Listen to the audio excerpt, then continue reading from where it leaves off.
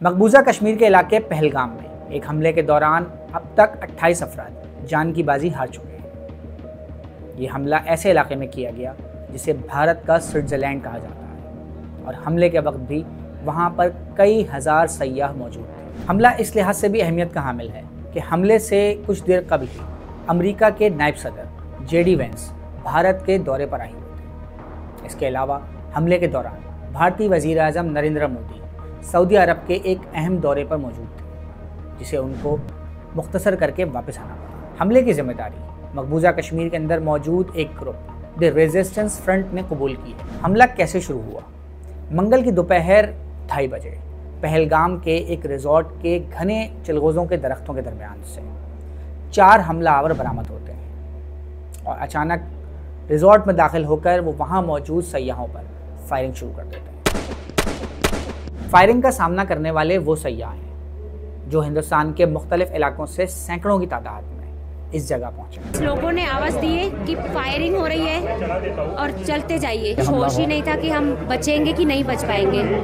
2 minute का फासला था। अगर 2 मिनट में हम बाहर नहीं निकलते तो आज हम यहाँ पे नहीं दिखाई देते थे। पब्लिक काफ़ी थी तो क्या सबको लग रहा था कि हम उस पार हो जाए जंगल में, कि पीछे जो रह जाएंगे तो वो मरेंगे। तो सब 4 फीट के दरवाजे से कूदने को देख रहे थे। कुछ लोगों का ये भी दावा है कि हमलावरों की जानिब से सयाहों के नाम पूछकर कत्ल किया गया। इसके अलावा हमलावरों की जानिब से ख़वातीन सयाहों को छोड़ दिया गया, जबकि उनके साथ मौजूद मर्दों को कत्ल किया गया और फिर उन ख़वातीन को ये कहा गया कि ये बात आप नरेंद्र मोदी को जाके बताएं। ज़्यादातर सयाहों का ताल्लुक भारतीय रियासत कर्नाटका, तमिलनाडु और महाराष्ट्र से था, जबकि 2 गैर मुल्की सयाह भी इस हमले में मारे गए। इंडियन नेवी के एक ऑफिसर लेफ्टिनेंट विनय नारवाल भी इस हमले में जान की बाजी हार गए। उनकी 8 रोज़ कबल ही शादी हुई थी और वो हनीमून के लिए स्विट्ज़रलैंड जाना चाहते थे, मगर वीज़ा ना मिलने के बायस वो यहाँ आ गए। अपने आप बोले ना मुझे क्या बोलते भेलपुरी खाने से मेरा पति साइड में था, एक इंसान आया उसने उसको गोली मार दी। भारतीय वज़ीर दाखिला अमित शाह इस हमले के फ़ौरन बाद श्रीनगर पहुँचे, जहाँ उन्होंने लवाहिकीन से मुलाकातें की और ऐलान किया कि वो इस हमले के ज़िम्मेदारों को किसी सूरत नहीं छोड़ेंगे।